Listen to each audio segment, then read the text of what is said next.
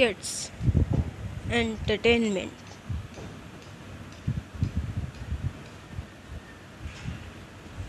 आज की हमारी कहानी का नाम है स्कूल बैग।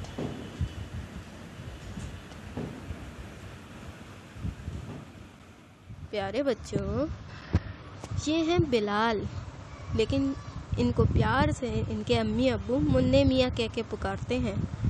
लेकिन इनके दोस्त इनको बिलाल के नाम से ही जानते हैं।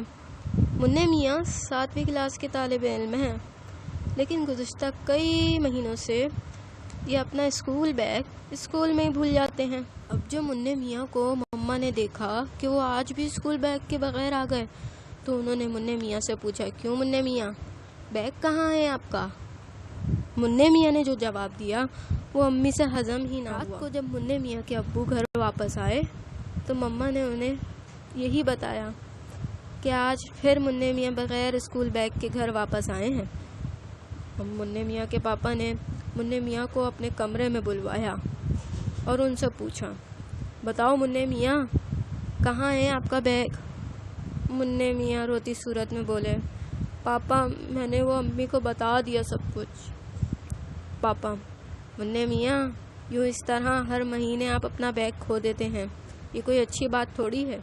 दूसरे रोज़ क्लास टीचर ने उन तीनों बच्चों को अपने पास बुलाया जिन्हें कई दिनों से बैग ना लाने की वजह से सज़ा दी थी।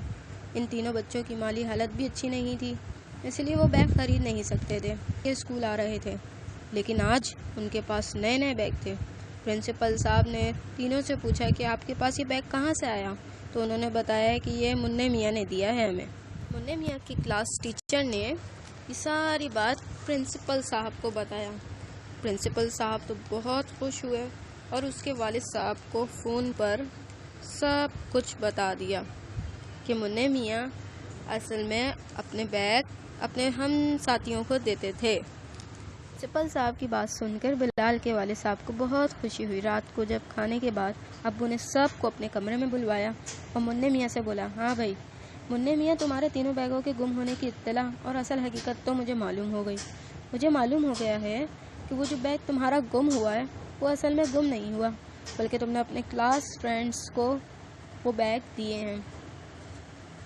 बेटा, मुझे बहुत खुशी है कि तुम अपने दोस्तों और हम जमा साथियों का इस कदर ख्याल रखते हो, मगर इसमें आपने एक गलती कर दी। वो क्या अब्बू जान? तुमने इस सारे मामले में झूठ का सहारा लिया। बेटा, हमें झूठ नहीं बोलना चाहिए, बल्कि हमेशा सच बोलना चाहिए और दूसरों की ज़रूरतों को भी पूरा करना चाहिए। जी अब्बू, मैं अब हमेशा सच बोलूँगा।